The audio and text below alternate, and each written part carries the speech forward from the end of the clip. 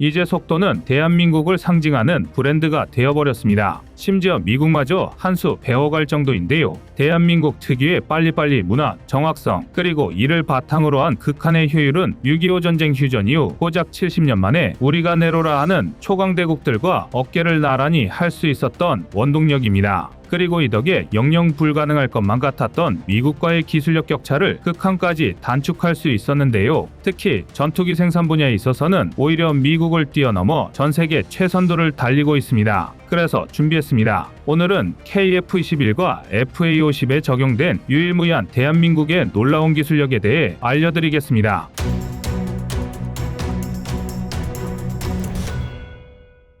KF-21이 날아오르기까지 22년, 그 과정은 절대 순탄치 않았습니다. 특히 그 중에서도 가장 힘들었던 건 대한민국의 독자 기술력에 대한 불신과 그로 인한 수많은 반대 의견이었습니다. 당장 지난 2022년 KF-21이 초도 비행에 성공하기 직전에도 독자 개발을 멈추고 외국 전투기 수입에 역량을 집중해야 한다는 보도가 나올 정도였습니다. 하지만 겨우 반년도채 지나지 않아 KF-21에 대한 세간의 모든 비난은 마치 언제 그랬냐는 듯 자취를 감춰버렸는데요. 오직 압도적인 성능만으로 부정을 긍정으로 바꿔버린 것입니다. 더군다나 KF-21은 음속돌파, A사 레이더 비행 테스트부터 무장분리 시험까지 모든 지표가 예상 밖의 안정성을 보이면서 조기항산이라는 말도 안 되는 일에 도전 중입니다. KF-21이 대한민국의 기술력으로 만든 첫 번째 전투기라는 걸 생각하면 도저히 믿지 못할 만큼 높은 완성도인데요. 이는 전 세계 어떤 전투기 개발 사례에서도 찾을 수 없는 일입니다.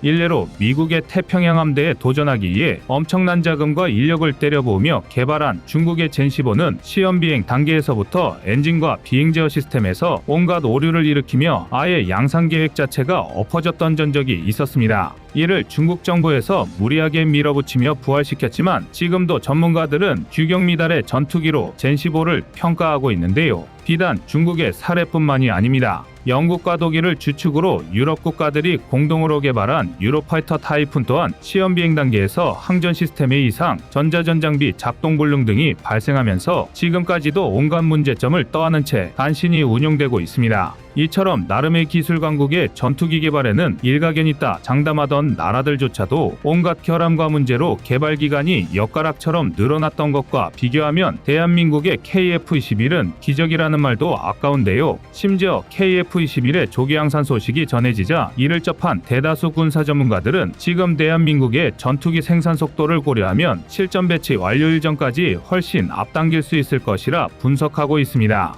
다시 말해 2024년부터 2032년까지 KF-21 블록1, 블록2 120대를 실전 배치하겠다는 계획 자체가 온갖 변수까지 모두 포함한 기간이라는 것입니다. 실상은 훨씬 빨리 120대 실전 배치를 완료할 가능성이 대단히 높은데요. 이게 왜 대단한 일인지는 대한민국이 현재 생산 중인 전투기의 숫자를 보면 단번에 알 수 있습니다. 현재 대한민국은 지난 2022년 폴란드와 계약한 FA-50 48대를 필두로 지난 2월 말레이시아와 계약한 FA-50 18대 등 총 66대 플러스 알파의 전투기를 생산 중인데요. 더군다나 말레이시아는 동일기종 18대 추가 도입을 검토 중입니다. 즉 2032년까지 우리 공군에 전달할 KF-21 120대 물량까지 포함하면 KF-21 블록2 개발 완료 이후 약 5년의 기간 동안 최소 200대에 달하는 전투기를 생산해야 한다는 얘기입니다. 평균적으로 1년에 대략 30에서 40대의 전투기를 생산해야 하는 셈인데요. 이쯤이면 사실상 웬만한 나라의 전시상태 생산 물량과 맞먹을 정도입니다. 단적인 예로 유럽에서 가장 진보된 전투기라고 평가받는 라팔과 미라주의 개발국가 프랑스의 전투기 생산 능력은 연간 20기에서 많아야 30기에 불과합니다. 심지어 앞서 말한 유로파이터 타이푼은 이름만 대면 고개를 끄덕일 기술 강국 영국, 독일, 그리고 이탈리아와 에스파냐가 힘을 모아 개발함에도 양산 일정에 맞추지 못해 지난 2018년 생산 중단 위기에 빠지기도 했는데요.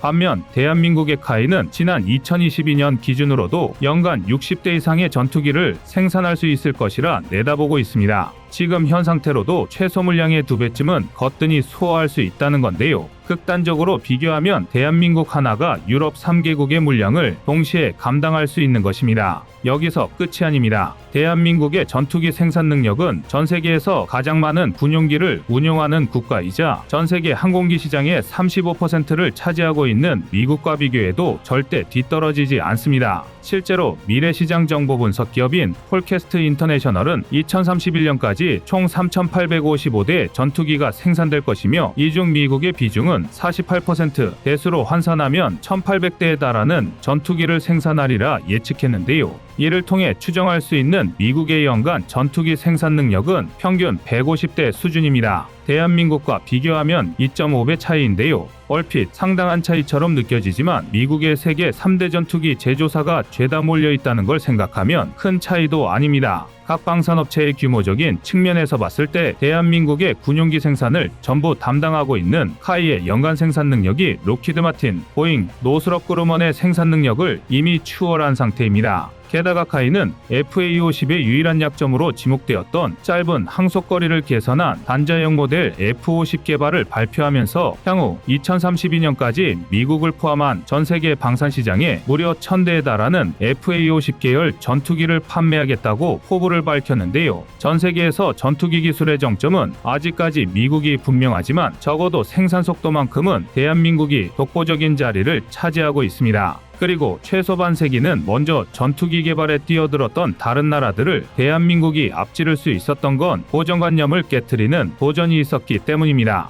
바로 불가능이라 여겨졌던 자동화 시스템을 도입한 건데요. 흔히들 전투기를 세상에서 가장 비싼 수제품이라고 얘기합니다. 그 이유는 초음속으로 기동하는 전투기에 30만 개에 달하는 부품이 대부분 수작업으로 조립되기 때문입니다. 게다가 전투기에 들어가는 배선을 모두 하나로 이으면 무려 3만 미터에 달하는데요. 조종석급부터 날개끝까지 온갖 첨단 장비가 빼곡히 들어차 있는 전투기는 거대하고 섬세한 초고성능 컴퓨터나 마찬가지입니다. 이러니 전투기의 부품이 수십만 개에 육박해도 컨베이어 벨트 같은 자동화 설비를 사용할 수 없는 건데요. 문제는 또 있습니다. 전투기 조립 과정의 가장 큰 특징은 용접이 아닌 리벳과 볼트만을 이용한다는 점입니다. 전투기 동체를 이루는 소재 자체가 알루미늄 같은 특수 소재이기도 하지만 용접 중 발생한 고열 탓에 혹시라도 전투기 동체의 형태가 틀어지는 것을 방지하기 위해서인데요. 특히 KF-21의 날개는 알루미늄보다 훨씬 가볍고 단단한 탄소 섬유, 강화 플라스틱 CFRP를 사용하기 때문에 더더욱 용접으로 인한 동체 뒤틀림을 방지하고 정비 편의성을 확보하기 위해 리벳 조립 방식이 강제됩니다. 여기까지는 사실 별것 아니라고 느껴질 수도 있는데요.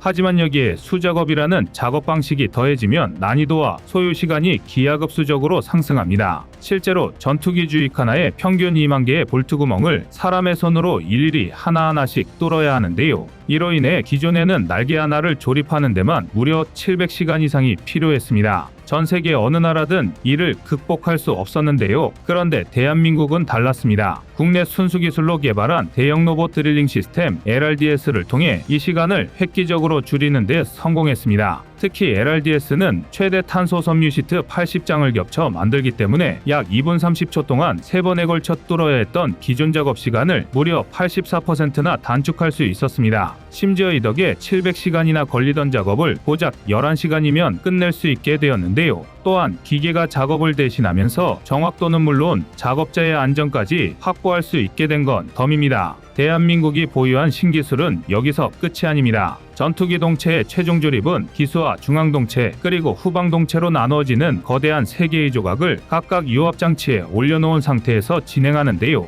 당연하게도 항공기에서 가장 무거운 동체 구조물을 따로 올려놓은 상태에서 사람이 직접 조립하는 일은 절대 쉽지도 않을 뿐더러 정확도도 떨어질 수밖에 없습니다. 특히 단 1mm의 오차만 발생하더라도 초음속 단계 비행에서는 치명적일 수도 있는 공기 저항이 발생하기 때문에 전투기 조립의 허용 오차 범위는 0.002mm에 불과합니다. 머리카락 두께의 약 50분의 1에 불과한 오차도 허용하지 않는 건데요. 하지만 대한민국은 이 미세한 오차조차도 없애기 위해 독자 기술로 개발한 동체 자동 체결 시스템 FASS를 도입했습니다. FASS는 자동 주행 장치인 AGV 로봇의 일종으로 11개의 레이저 트래커 장비를 활용해 3차원의 가상 공간 좌표를 설정할 수 있는데요. 이 덕분에 FASS에 장착된 유압 실린더 위에 동체를 올려 조립을 진행하면 기존에는 11일이 걸리던 합체 작업이 불과 2.5일로 단축될 뿐만 아니라 사람과는 비교할 수 없을 정도로 매우 정교한 조립이 가능합니다. 그야말로 생산 과정부터 결과물인 KF21까지 현존하는 가장 첨단의 기술들이 적용되는 셈인데요.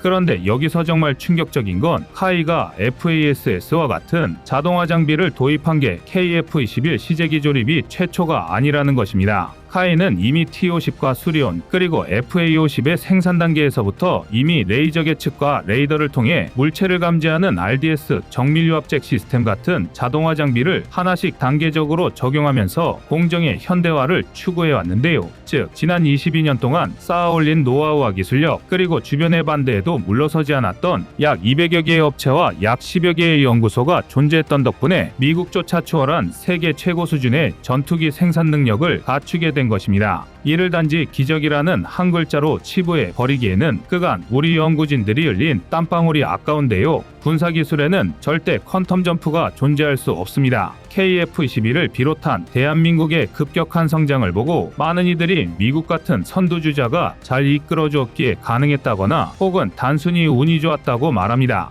대한민국이 자주국방을 위해 어떤 노력을 해왔는지 모르기에 할 수 있는 말인데요. 상식의 틀을 깨트리기 위해선 그만큼 막대한 노력이 필요할 뿐입니다. 마침내 세계를 무대로 날아오르기 시작한 KF-21과 대한민국 연구진들의 노력이 반드시 보상받길 바라겠습니다. 이상 꺼리튜브였습니다.